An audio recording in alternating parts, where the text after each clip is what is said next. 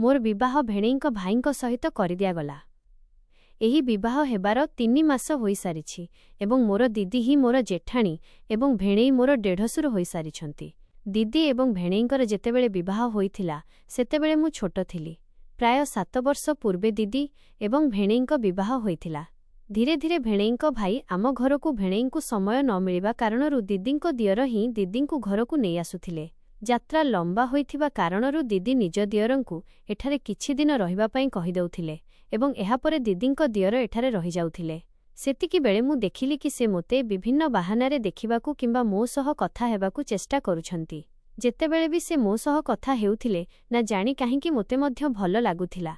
धीरे धीरे मु मध्य तांको सह कथा हेबा पई बाहाना खोजुथिली। आम घरे बापा मा मु एवं दीदी रहुथिलु, किंतु दीदींक विवाह परे मु एवं बापा मा ही केवल रहुछु। बापा मा सबु बेले गांकू जिबा आसिबा करंती। जेतेबेले भी सेमानंकू गांकू जिबाकू थाए 2 दिन पूर्वरु ही सेमाने दीदींकू जणाई दियंती जेमिति दीदी एठाकू आम सह रहिबाकू आसी जाआंती। ऑफिस जोगु भेणेईंकू फुर्सत मिले नाही, तेणु तांको भाई ही दीदींकू एठारे छाड़िबाकू आसंती। जेउरे मु रहे ता सामना रूम ही दीदी निज दियरंकू रहिबा पई कहिथिले। अधरातिरे जेतेबेले मु उठिली देखिली रोहनजी एपर्यंत सोई नाहंती। तांकर कबाट खोला थिला। तांको नजर जेमिति मो उपरे पड़िला से निजरु बाहरकू आसीगले एवं मोते कहिले, मीनाक्षी किछि काम अछि कि मो सह? मु कहिली नाही, मोते शोष लागुथिला त मु किचेन आडकू जाउथिली। सेतिकी बेले देखिली आपण जागिछंती। आपणंकू निद आसु नाही कि? एठारे किछि असुविधा हेउछि कि? रोहनजी कहिले, नाही, बस एमिति ही निद आसुनथिला। मु पचारिली काहींकी त से कहिले, सतसत कहिदेबी काहींकी। मुहरे मुंड हलाइली। तेबे से कहिले, मीनाक्षी तुम विषय ही भाबुथिली। मु कहिली, मो विषय आपण कौन भाबुथिले? रोहनजी कहिले, मीनाक्षी मु जेबेठारु भाईंक विवाहरे तुमको देखिछि सेबेठारु ही तुमको पसंद करुछि। रोहनजींक मुहरु एहा सुनी मु लाजेई गली एवं मो नजर तळकू करिदेली। रोहनजी कहिले, मीनाक्षी कौन तुमे मोते भल पाओ नाही? मु एमिति ही छिड़ा होई रहिली। रोहनजी मो हाथ धरी निज आड़कू टाणी नेले एवं मो आखिरे आखि मिसाई कहिबाकू लागिले, मीनाक्षी मु तुमको पसंद नुहे कि? मु लाजरे मो मुह अन्य पटकू करिदेली। रोहनजी निज हातरे मो मुहकू निज आड़कू कले एवं मो ओठकू चुंबन देई कहिले, मीनाक्षी मु जानिछि कि तुमे भी मोते भल पाओ। मु लाजेई जाई तांको बाहु बंधनरे पड़ीगली। रोहनजी मोते कहिले, मीनाक्षी भाउज जागिजिबे, तुमे निजकू चली जा। एहापरे मु निजकू चलीगले एवं रोहनजी निजकू चलीगले। सकाळ हेला रोहनजी जलखिया खाई निज घरकू चलीगले। से मो सह फोन रे सबुबेले कथा हेउथिले एवं मु मध्य रोहनजींकू सबुबेले मने पकाउथिली। रोहनजी एवं मोर अवस्था एबे एमिति थिला कि आमे दुहे परस्पर बिना रही पारु नथिलु। परवर्ती समय रे रोहनजी जेतेबेले दीदींकू निज घरकू छाड़िबाकू आसिले, बापा मा तो गांकू चली जाइथिले। रोहनजी पूरा 3 दिन एठारे रहिबार थिला। एहा भाबी ही मोते लाज लागुथिला कि पूरा 3 दिन रोहनजींकू मु निज आखि आगरे देखि पारिबी एवं दीदींक नजररू बंची बंची कथा मध्य होई पारिबी। हेला कौन कि दीदींकू एक जरूरी काम पड़िबारु आम पिउसींक घरकू जिबाकू पड़िला, जहा आम घरठारू प्राय 45 किलोमीटर दूररे थिला। माने दीदी एबे सकाळू आसीबे, संध्यारे जाइथिबा दीदी सकाळे आसीबे। एहा भाबी मोते मादकता घेरी जाउथिला कि पूरा राति मु एवं रोहनजी घरे एकुटिया रहिबु। दीदी कहिले, मीनाक्षी मु खाद्य प्रस्तुत करि देइछि, समय हेले तू निजे भी खाइदेबु एवं रोहनकू मध्य देइदेबु। मु कहिली, जी दीदी। दीदी जिबा मात्रे जेमिति मु मोकू आसिली सेमिति रोहनजी मोकू आसिले एवं से मो सेय उपरे बसी कहिले, मीनाक्षी तुमको जणाउछि तुमर एही घरे मु एवं तुमे एकुटिया अछु। मु कहिली नाही, बास निज नजर तळकू करिथिली। रोहनजी कहिले, मीनाक्षी सेदिन जेतेबेले मु तुमको पचारिथिली कि तुमे मोते भल पाओ कि, तुमे कौनसी जवाब देई नथिला। मु जेबे भी तुम सह कथा हेली केवल मुही कही चलिली कि मु तुमको बहुत भल पाए। तुमे थरे हेले भी कहिलो नाही। कण मु तुमको पसंद नुहे? मु द्वंद्वरे किछि कहि पारिली नाही। एहा परे रोहनजी मोरु उठी जेमिति जिबाकू लागिले, मु तांको हाथ धरी नेली एवं तांको कुंढाई धरी कहिली, रोहनजी एबे मु आपणक बिना रही पारिबी नाही। मु मध्य आपणकू बहुत भल पाए। एहा सुनी रोहनजी खुशीरे मोते कोଳରେ उठाई सेय उपरे सुआई देले एवं मो ओठकू चुंबन देबाकू लागिले। ସେହି ସମୟରେ ମୁଁ ସାଲୱାର ସୁଟ୍ ପିନ୍ଧିଥିଲି। ସେ ମୋ ଓଢ଼ଣୀକୁ ମୋ ଛାତିରୁ ହଟାଇଦେଲେ। ପୂରା ଶରୀରକୁ ଚୁମ୍ବନ ଦେବାକୁ ଲାଗିଲେ। ରୋହନଜୀ କହିଲେ, ମୀନାକ୍ଷୀ, ମୁଁ ତୁମକୁ ପାଇବାକୁ ଚାହୁଁଛି। ତୁମର ପୂରା ଶରୀରକୁ ଭଲ ପାଇବାକୁ ଚାହୁଁଛି। ମୋତେ ମନା କର ନାହିଁ। ମୁଁ ସେମାନଙ୍କୁ ଅଟକାଇବାକୁ ଚାହୁଁଥିଲି। ମୁଁ କହିଲି, ରୋହନଜୀ, ଏସବୁ ତ ବିବାହ ପରେ ହୁଏ। ରୋହନଜୀ କହିଲେ, ମୀନାକ୍ଷୀ, ମୁଁ ଗୋଟିଏ ମୁହୂର୍ତ୍ତ ବି ତୁମ ବିନା ରହିପାରିବି ନାହିଁ। ବିବାହ ତୁମ ସହ ହିଁ କରିବି, କିନ୍ତୁ ଏବେ ସେଥିରେ ସମୟ ଲାଗିବ ଏବଂ ମୁଁ ତୁମ ଶରୀରରୁ ଦୂରରେ ରହିପାରିବି ନାହିଁ। ସେ କ୍ରମାଗତ ଭାବେ ମୋର ଗୋରା ଶରୀରକୁ ଚୁମ୍ବନ ଦେଉଥିଲେ। ନା ଜାଣି କାହିଁକି ମୋତେ ମଧ୍ୟ ଭଲ ଲାଗୁଥିଲା। ମୁଁ ମଧ୍ୟ ମାଦକତାରେ ଭରି ଯାଉଥିଲି।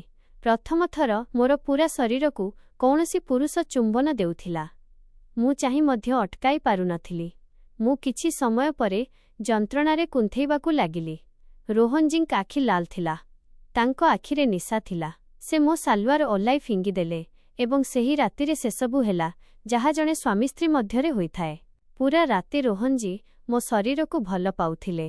ଯେମିତି ସକାଳ ହେଲା, ଥକିଯାଇ କିଛି ସମୟ ପାଇଁ ରୋହନଜୀଙ୍କ ଆଖି ଲାଗିଗଲା ଏବଂ ମୁଁ ଶୋଇପାରିଲି ନାହିଁ, କାରଣ ପୂରା ଶରୀରରେ ମିଠା ମିଠା ଯନ୍ତ୍ରଣା ହେଉଥିଲା। ଯେମିତି ହିଁ ରୋହନଜୀଙ୍କ ଆଖି ଖୋଲିଲା, ସେ ନିଜ ହାତରେ ମୋତେ ପୋଷାକ ପିନ୍ଧାଇ ଦେଲେ ଏବଂ କହିଲେ, ମୀନାକ୍ଷୀ, ତୁମେ ବହୁତ ସୁନ୍ଦର। ମୀନାକ୍ଷୀ, ତୁମେ ମୋର ପ୍ରଥମ ପ୍ରେମ। ଏହାପରେ ଯେବେ ବି ରୋହନଜୀ ଦିଦିଙ୍କୁ ଘରେ ଛାଡ଼ିବାକୁ ଆସୁଥିଲେ, ଯେବେ ବି ସୁଯୋଗ ମିଳୁଥିଲା, ସେ ମୋ ସହ ଶାରୀରିକ ସମ୍ପର୍କ ନିଶ୍ଚୟ ରଖୁଥିଲେ। ଏବେ ତ ମୋର ମଧ୍ୟ ରୋହନଜୀଙ୍କ ଅଭ୍ୟାସ ହୋଇଯାଇଥିଲା। ଯେପର୍ଯ୍ୟନ୍ତ ଆମେ ଦୁହେଁ ପରସ୍ପରକୁ ଭଲ ପାଉନାହୁଁ, ସେପର୍ଯ୍ୟନ୍ତ ସନ୍ତୁଷ୍ଟ ହୋଇପାରୁନଥିଲୁ। ରୋହନଜୀ ଯେତେବେଳେ ଏଠାରୁ ଚାଲିଯାଉଥିଲେ ତ ମୋତେ ତାଙ୍କ କଥା ବହୁତ ମନେ ପଡ଼ୁଥିଲା ଏବଂ ଫୋନରେ ହିଁ କଥା ହୋଇ ପରସ୍ପରକୁ ସନ୍ତୁଷ୍ଟ କରୁଥିଲୁ। ଥରେ ଦିଦିଙ୍କ ଶ୍ୱଶୁର କୌଣସି କାମରେ ନିଜ ସମ୍ପର୍କୀୟଙ୍କ ଘରକୁ ଯାଇଥିଲେ ଏବଂ ଦିଦି ମୋତେ ନିଜ ଶାଶୁଘରକୁ ନେଇଯାଇଥିଲେ। ଭେଣେଇ ସହର ବାହାରକୁ କାମ ସମ୍ବନ୍ଧରେ ଯାଇଥିଲେ। ଏବେ ଦିଦିଙ୍କ ଶାଶୁଘରେ ଦିଦି, ତାଙ୍କ ଦିଅର ଏବଂ ମୁଁ ଥିଲୁ। ଦିଦି ନିଜରେ ରାତି ସମୟରେ ଶୋଇଥିଲେ। ଦିଦିଙ୍କ ଦିଅର ମୋ'କୁ ଆସିଲେ ଏବଂ କବାଟ ବନ୍ଦ କରି ମୋ ଗୋରା ଶରୀରକୁ ଆଲିଙ୍ଗନ କରିବାକୁ ଲାଗିଲେ। ରୋହନଜୀ କହିଲେ, ମୀନାକ୍ଷୀ, ତୁମ ବିନା ମୋର ଗୋଟିଏ ରାତି ବି କଟେ ନାହିଁ। ମୁଁ ତୁମ ଶରୀରକୁ ଯେପର୍ଯ୍ୟନ୍ତ ଚୁମ୍ବନ ନ ଦେଇଛି, ଏହାକୁ ଭଲ ନ ପାଇଛି, ସେପର୍ଯ୍ୟନ୍ତ ମୋତେ ନିଦ ଆସେ ନାହିଁ। କୁହ ମୀନାକ୍ଷୀ, ମୁଁ କ'ଣ କରିବି? ମୁଁ କହିଲି, ରୋହନଜୀ, କାହିଁକି ନାହିଁ? ଆପଣ ଘରେ ଆମ ବିବାହ କଥା ଆଗକୁ ବଢ଼ାଉନାହାନ୍ତି। ରୋହନଜୀ କହିଲେ, ହଁ ମୀନାକ୍ଷୀ, ଏବେ ମୁଁ ଭାଉଜଙ୍କୁ କହିବି କି ଭାଇଙ୍କ ସହ କଥା ହୋଇ କଥା ଆଗକୁ ବଢ଼ାନ୍ତୁ। ରୋହନଜୀ କ୍ରମାଗତ ଭାବେ ମୀନାକ୍ଷୀଙ୍କ ଛାତିକୁ ଚୁମ୍ବନ ଦେଉଥିଲେ। ମୀନାକ୍ଷୀ ମାଦକତାରେ ଆଉଟୁପାଉଟୁ ହେଉଥିଲା। ମୀନାକ୍ଷୀ ଆଜି ଶାଢ଼ୀ ପିନ୍ଧିଥିଲା। ରୋହନଜୀ ମୀନାକ୍ଷୀଙ୍କ ବ୍ଲାଉଜର ସାମ୍ନା ବୋତାମ ଖୋଲିଦିଅନ୍ତି ଏବଂ ତାଙ୍କ ଛାତିକୁ କ୍ରମାଗତ ଭାବେ ଚୁମ୍ବନ ଦେଉଥାନ୍ତି। ମୀନାକ୍ଷୀକୁ ମଧ୍ୟ ଏସବୁର ଏବେ ନିଶା ଲାଗିଯାଇଥିଲା। ସେ ମଧ୍ୟ ଏବେ ରୋହନଙ୍କ ବିନା ଗୋଟିଏ ମୁହୂର୍ତ୍ତ ବି ରହିପାରୁନଥିଲା। ରୋହନଙ୍କୁ ବାହୁରେ ଭରି ସେ ମଧ୍ୟ ଅସ୍ଥିର ହେବାକୁ ଲାଗୁଥିଲା। ଯେବେ ଯେବେ ସୁଯୋଗ ମିଳୁଥିଲା, ରୋହନ ମୀନାକ୍ଷୀଙ୍କ ଗୋରା ଶରୀରକୁ ନିଜ ବାହୁରେ ଭରି ଚୁମ୍ବନ ଦେଉଥିଲା। ସେହି ରାତିରେ ମୀନାକ୍ଷୀଙ୍କ ବଡ଼ ଭଉଣୀଙ୍କ ନିଦ ଭାଙ୍ଗିଗଲା ଏବଂ ସେ ଯେମିତି ନିଜରୁ ବାହାରକୁ ଆସିଲେ, ସେ ଦେଖିଲେ ମୀନାକ୍ଷୀଙ୍କରୁ କିଛି ଶବ୍ଦ ଆସୁଥିଲା। ସେ ଯେମିତି ରୁମ୍ ପାଖକୁ ଗଲେ, ସେ ଦେଖିଲେ ରୋହନଜୀ ଏବଂ ମୀନାକ୍ଷୀ ବିନା ପୋଷାକରେ ପରସ୍ପର ସହ ଜଡ଼ିତ ହୋଇ ମାଦକତାରେ ହଜିଯାଇଛନ୍ତି। ଏହା ଦେଖି ମୀନାକ୍ଷୀଙ୍କ ଭଉଣୀ ଆଶ୍ଚର୍ଯ୍ୟ ହୋଇଗଲେ। ସେ ସେହି ସମୟରେ କିଛି କରିପାରିଲେ ନାହିଁ ଏବଂ ନିଜକୁ ଚାଲିଗଲେ। ତାଙ୍କ ଆଖିରୁ ନିଦ ଉଡ଼ିଯାଇଥିଲା। ଯେମିତି ସକାଳ ହେଲା ଏବଂ ସେ ମୀନାକ୍ଷୀଙ୍କ ସହ ଏହି ବିଷୟରେ କଥା ହେବାକୁ ଗଲେ, ତା ପୂର୍ବରୁ ହିଁ ମୀନାକ୍ଷୀଙ୍କୁ ବାନ୍ତି ହେବାକୁ ଲାଗିଲା। ମୀନାକ୍ଷୀଙ୍କ ବଡ଼ ଦିଦି ସୁସ୍ମିତା ଯେମିତି ମୀନାକ୍ଷୀଙ୍କୁ ବାନ୍ତି କରୁଥିବାର ଦେଖନ୍ତି, ତାଙ୍କୁ ବାନ୍ତି ଔଷଧ ଦିଅନ୍ତି। ଏହାପରେ ତାଙ୍କୁରେ ବସାନ୍ତି ଏବଂ ରୋହନଙ୍କୁ ମଧ୍ୟ ସେଠାକୁ ଆସିବା ପାଇଁ ଡାକନ୍ତି। ଏବେ ମୀନାକ୍ଷୀ, ରୋହନ ଏବଂ ତାଙ୍କ ବଡ଼ ଦିଦି ସୁସ୍ମିତା ତିନିଜଣ ଏକାଠି ଥିଲେ। ସୁସ୍ମିତା ମୀନାକ୍ଷୀଙ୍କୁ ପଚାରିଲେ, ମୀନାକ୍ଷୀ, ତୁମ ସ୍ୱାସ୍ଥ୍ୟକୁ କ'ଣ ହୋଇଛି? ଏହି ବାନ୍ତି ବାରମ୍ବାର କାହିଁକି ହେଉଛି? ମୀନାକ୍ଷୀ ଏବେ ରୋହନ, ଏହା ଶୁଣି ଦୁହେଁ ହିଁ ଡରି ଯାଉଛନ୍ତି। ମୀନାକ୍ଷୀ ନିଜ ବଡ଼ ଦିଦିଙ୍କୁ କହୁଛି, ଦିଦି, ଲାଗୁଛି ମୋର କିଛି ଦେହ ଖରାପ ଅଛି, ସେଥିପାଇଁ ବାନ୍ତି ହେଉଛି। ସୁସ୍ମିତା ରାଗରେ କହିଲେ, ମୀନାକ୍ଷୀ, ଏସବୁ କେବେଠାରୁ ଚାଲିଛି? ମୀନାକ୍ଷୀ ଏବେ ରୋହନ ପୁଣି ଥରେ ଚମକି ପଡ଼ିଲେ ଏବଂ ମୀନାକ୍ଷୀ କହିଲା, ଦିଦି, କ'ଣ କେବେଠାରୁ ଚାଲିଛି? ସୁସ୍ମିତା କହିଲେ, ମୀନାକ୍ଷୀ, ମୋ ସହ ଏହି ନାଟକ କରିବାର ତୁମର ଏବେ କୌଣସି ଦରକାର ନାହିଁ। ସତ ସତ କୁହ, ଏସବୁ କେବେଠାରୁ ଚାଲିଛି? ମୀନାକ୍ଷୀ ଡରିଯାଏ ଏବଂ ସୋଫାରୁ ଉଠି ଛିଡ଼ା ହୋଇଯାଏ ଏବଂ ସେ ଡରି ଡରି କୁହେ, ଦିଦି, ମୁଁ ରୋହନଜୀଙ୍କୁ ଭଲ ପାଏ ଏବଂ ରୋହନଜୀ ମଧ୍ୟ ମୋତେ ଭଲ ପାଆନ୍ତି। ସୁସ୍ମିତା ମୀନାକ୍ଷୀଙ୍କୁ କହିଲେ, ମୀନାକ୍ଷୀ, ଯଦି ତୁମେ ଦୁହେଁ ପରସ୍ପରକୁ ଭଲ ପାଉଥିଲ, ତେବେ ତୁମେ ଦୁହେଁ ମୋତେ କହିବା କଥା। ମୁଁ ବାପା ମାଆଙ୍କୁ ତୁମ ଭାଇଙ୍କୁ କହି ଏହି ବିବାହ ସ୍ଥିର କରାଇଥାନ୍ତି। ବିବାହ ପରେ ଯେଉଁ ଶାରୀରିକ ସମ୍ପର୍କ ରଖିବା କଥା, ସେହି ଶାରୀରିକ ସମ୍ପର୍କ ତୁମେ ପୂର୍ବରୁ ହିଁ ପରସ୍ପରର ଶରୀର ସହ ଖେଳିବା ଆରମ୍ଭ କରିଦେଲେ। ରୋହନ ଲାଜରେ ନଜର ତଳକୁ କରିଦେ। ସୁସ୍ମିତା କହିଲେ, ମୀନାକ୍ଷୀ, କାଳେ ତୋତେ ବାନ୍ତି, ସେଥିପାଇଁ ତ ହେଉନି ଯେ ତୁ। ମୀନାକ୍ଷୀ କୁହେ କି, ନାହିଁ ନାହିଁ ଦିଦି, ଏମିତି କିଛି କଥା ନୁହେଁ। ସୁସ୍ମିତା ମୀନାକ୍ଷୀଙ୍କୁ କ୍ଲିନିକ୍ ନେଇ ତାଙ୍କର ଚେକଅପ୍ କରାନ୍ତିତରେ ସେହି କଥା ସାମ୍ନାକୁ ଆସେ ଯାହା ସୁସ୍ମିତା ଭାବୁଥିଲେ। ମୀନାକ୍ଷୀ ଗର୍ଭବତୀ ଥିଲେ ଏବଂ ଏବେ ବହୁତ ବିଳମ୍ବ ମଧ୍ୟ ହୋଇସାରିଥିଲା। ଏବେ କିଛି ମଧ୍ୟ ହୋଇପାରିବ ନାହିଁ। ସୁସ୍ମିତାଙ୍କୁ କିଛି ବୁଝା ପଡ଼ୁନଥିଲା କି ସେ ଏବେ କ'ଣ କରିବେ। ସୁସ୍ମିତା ଏହି କଥା ମୀନାକ୍ଷୀ ଏବଂ ରୋହନ ଦୁହିଁଙ୍କୁ କୁହନ୍ତି। ରୋହନ କୁହେ, ଭାଉଜ, ମୁଁ ମୀନାକ୍ଷୀଙ୍କୁ ବିବାହ କରିବାକୁ ଚାହୁଁଛି। ସୁସ୍ମିତା ଦୁହିଁଙ୍କୁ ସାନ୍ତ୍ୱନା ଦିଅନ୍ତି କି ସବୁକିଛି ଠିକ୍ ହୋଇଯିବ। ଏହାପରେ ସେ ନିଜ ସ୍ୱାମୀଙ୍କ ସହ ଏବଂ ଶ୍ୱଶୁର ଶାଶୁଙ୍କ ସହ କଥା ହୋଇ ଏହି ସମ୍ପର୍କ ସ୍ଥିର କରାନ୍ତି। ସୁସ୍ମିତା ନିଜ ସ୍ୱାମୀଙ୍କୁ ତ ଏହି କଥା କହିଦିଅନ୍ତି କି ଦୁହେଁ ପ୍ରାୟ 6 ମାସରୁ ଶାରୀରିକ ସମ୍ପର୍କ ରଖୁଥିଲେ, ଯାହା କାରଣରୁ ମୀନାକ୍ଷୀ ଏବେ ଗର୍ଭବତୀ ଅଛି।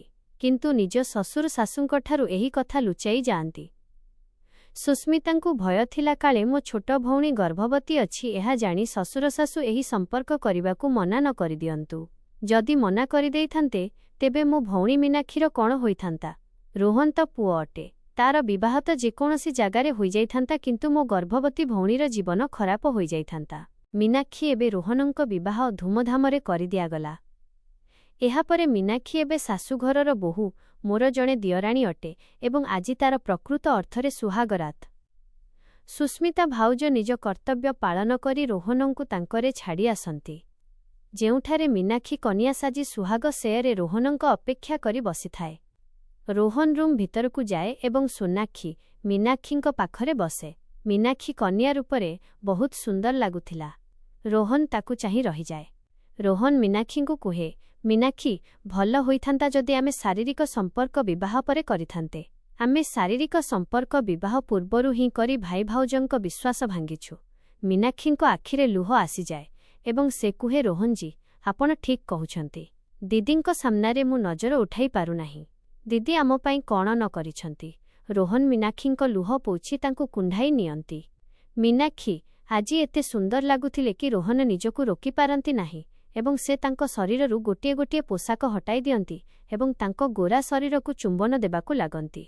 ରୋହନ ଏସବୁ କଲାବେଳେ ଏହା ଧ୍ୟାନ ରଖନ୍ତି କି ତାଙ୍କ ପତ୍ନୀ ମୀନାକ୍ଷୀ ଏବେ ଗର୍ଭବତୀ ଅଛନ୍ତି। ସେଥିପାଇଁ ସେ ତାଙ୍କୁ ଅଧିକ କଷ୍ଟ ଦିଅନ୍ତି ନାହିଁ ଏବଂ ସେ ମୀନାକ୍ଷୀଙ୍କୁ ଧୀରେ ଧୀରେ ଭଲ ପାଆନ୍ତି, ଯେମିତି ମୀନାକ୍ଷୀଙ୍କୁ କୌଣସି ପ୍ରକାରର ଅସୁବିଧା ନ ହୁଏ। ଏସବୁ ଦେଖି ମୀନାକ୍ଷୀଙ୍କୁ ରୋହନଙ୍କ ପ୍ରତି ଆହୁରି ଅଧିକ ଭଲ ପାଇବା ଆସିଯାଏ କି ରୋହନଜୀଙ୍କୁ ତାଙ୍କର କେତେ ଚିନ୍ତା ଅଛି। ମୀନାକ୍ଷୀ ରୋହନଙ୍କ ବାହୁବନ୍ଧନରେ ହଜିଯାଆନ୍ତି ଏବଂ ତାଙ୍କ ମୁଣ୍ଡରେ ରଖିଲି। ତାଙ୍କ ନିଶ୍ୱାସ ଜୋରରେ ଚାଲୁଥିଲା ଏବଂ ସେ ଧୀରେ ଧୀରେ କ'ଣ କହୁଥିଲେ। ମୁଁ ତାଙ୍କ ହାତ ଧରିଲି ଏବଂ କହିଲି, ଦେବ, ଚିନ୍ତା କରନି, ମୁଁ ଅଛି। ସେ ଆଖି ଖୋଲିଲେ, ମୋତେ ଦେଖିଲେ ଏବଂ ହାଲୁକା ହସିଲେ। ମୁଁ ଦିନରାତି ତାଙ୍କ ପାଖରେ ରହିଲି। କେତେବେଳେ ଔଷଧ ଖୁଆଉଥିଲି ତ କେତେବେଳେ ହର୍ବାଲ ସୁପ୍ ତିଆରି କରି ପିଆଉଥିଲି। ଥରେ ଯେବେ ମୁଁ ତାଙ୍କୁ ସୁପ୍ ଦେଉଥିଲି, ତାଙ୍କ ହାତ ଥରୁଥିଲା। ମୁଁ ଚାମଚ ନିଜ ହାତରେ ଧରିଲି ଏବଂ ତାଙ୍କୁ ଧୀରେ ଧୀରେ ପିଆଇଲି। ତାଙ୍କ ନଜର ମୋ ଚେହେରା ଉପରେ ଥିଲା। ଠିକ୍ ହେବା ପରେ ସେ କହିଲେ, ତୁମେ ମୋର ଏତେ ଯତ୍ନ ନେଲ, ମୁଁ ଏହା କେବେ ଭୁଲିବି ନାହିଁ। ତାଙ୍କ ସ୍ୱରରେ ଏକ କୃତଜ୍ଞତା ଥିଲା ଯାହା ମୋ ଭିତରକୁ ଓହ୍ଲାଇଗଲା। ତାପରେ ହଠାତିନେ ଦେବଙ୍କୁ କୌଣସି ୱାର୍କସପ୍ ପାଇଁ ସହର ବାହାରକୁ ଯିବାକୁ ପଡ଼ିଲା। 4 ଦିନ ପାଇଁ ସେ ଗଲେ ସତ, କିନ୍ତୁ ସେ ଯିବା ପରେ ସେଣ୍ଟର ଯେମିତି ଖାଲି ଖାଲି ଲାଗିଲା। ମୁଁ କ୍ଲାସରେ ତାଙ୍କୁ ହିଁ ଖୋଜିଲି। ମୁଁ ତାଙ୍କୁ ଭଲପାଇ ବସିଥିଲି। ତାଙ୍କ ହୃଦୟରେ କ'ଣ ଅଛି ଏହା ଜାଣିବା ବାକି ଥିଲା। 8 ଦିନ ପରେ ସେ ଫେରିଲେ ଏବଂ ସିଧା ମୋତେ କୁଣ୍ଢାଇ ପକାଇଲେ। ମୁଁ ବସ୍ ହୋଇ ରହିଗଲି। ମୋ ଆଖିରୁ ଲୁହ ଝରିବାକୁ ଲାଗିଲା। ମୁଁ ମଧ୍ୟ ତାଙ୍କୁ କୁଣ୍ଢାଇଲି। ସେ କାନ୍ଦି କାନ୍ଦି କହିଲେ, ସାରା, ମୁଁ ତୁମକୁ ଭଲ ପାଏ। ମୁଁ ଘରୁ ବାହାରେ ଥିଲି, କିନ୍ତୁ ମୋ ନଜର ତୁମକୁ ହିଁ ଖୋଜୁଥିଲା। ମୁଁ ମଧ୍ୟ କହିଲି, ଦେବ, ମୁଁ ମଧ୍ୟ ତୁମକୁ ଭଲ ପାଏ। ଯେବେଠାରୁ ତୁମେ ଏଠାରୁ ଯାଇଛ, ମୋ ମନ ବ୍ୟାକୁଳ ଥିଲା। ତାପରେ ଆମେ ଦୁହେଁ ଜାଣିପାରିଲୁ ଯେ ଆମେ ପରସ୍ପର ବିନା ରହିପାରିବୁ ନାହିଁ। ଖୁବ୍ ଶୀଘ୍ର ଆମେ ଦୁହେଁ ବିବାହ କଲୁ ଏବଂ ଆମେ ଖୁସିରେ ରହିବାକୁ ଲାଗିଲୁ। ଯେଉଁ ଭଲ ପାଇବା ମୋ ପୂର୍ବ ସ୍ୱାମୀ ଦେଇପାରିଲେ ନାହିଁ, ସେହି ଭଲ ପାଇବା ଏବେ ଦେବ ଦେଉଥିଲେ। ଯେଉଁ ଭଲ ପାଇବା, ସମ୍ମାନ, ଆଦର ମୋତେ କେବେ ମିଳିନଥିଲା, ତାହା ମୋତେ ଏବେ ଭରପୁର ମିଳିଲା। ମୁଁ ବହୁତ ଖୁସି ଥିଲି ଏବଂ କିଛି ମାସ ପରେ ମୋତେ ସନ୍ତାନ ହେବାର ଖୁସି ମଧ୍ୟ ମିଳିଗଲା। ଏହାଠାରୁ ବଡ଼ ଖୁସି ମୋ ପାଇଁ ଆଉ କ'ଣ ଥାଇପାରେ? କିଛି ମାସ ପରେ ମୋ ଘରେ ଏକ ପୁତ୍ର ସନ୍ତାନ ଜନ୍ମ ନେଲା। ଆମେ ସମସ୍ତେ ବହୁତ ଖୁସି ଥିଲୁ। ଏବେ ମୁଁ ବୁଝିପାରିଲି ଯେ ମୁଁ ମୋ ପୂର୍ବ ସ୍ୱାମୀଙ୍କଠାରୁ ଡିଭୋର୍ସ ନେଇଥିଲି। ତାହା ମୋ ପାଇଁ ବହୁତ ଭଲ ଥିଲା। ତେଣୁ ବନ୍ଧୁଗଣ, ଏହିପରି ଭାବେ ଆମେ ଏହି କାହାଣୀରୁ ଜାଣିବାକୁ ପାଉ ଯେ ଜଣେ ପତ୍ନୀ ପାଇଁ ତାଙ୍କ ସ୍ୱାମୀଙ୍କ ଭଲପାଇବା ଏବଂ ସମ୍ମାନ ସବୁକିଛି। ଯଦି କୌଣସି ସ୍ୱାମୀ ନିଜ ପତ୍ନୀଙ୍କୁ ଭଲ ପାଆନ୍ତି ନାହିଁ, ତେବେ ସେ ସମ୍ପୂର୍ଣ୍ଣ ଏକୁଟିଆ ହୋଇଯାଆନ୍ତି। ତାଙ୍କୁ ଜୀବନରେ ଟଙ୍କା, ଗାଡ଼ି, ନାମ ମିଳୁ କି ନ ମିଳୁ, କିନ୍ତୁ ତାଙ୍କ ସ୍ୱାମୀଙ୍କ ଭଲପାଇବା ତାଙ୍କ ପାଇଁ ସବୁଠାରୁ ଗୁରୁତ୍ୱପୂର୍ଣ୍ଣ।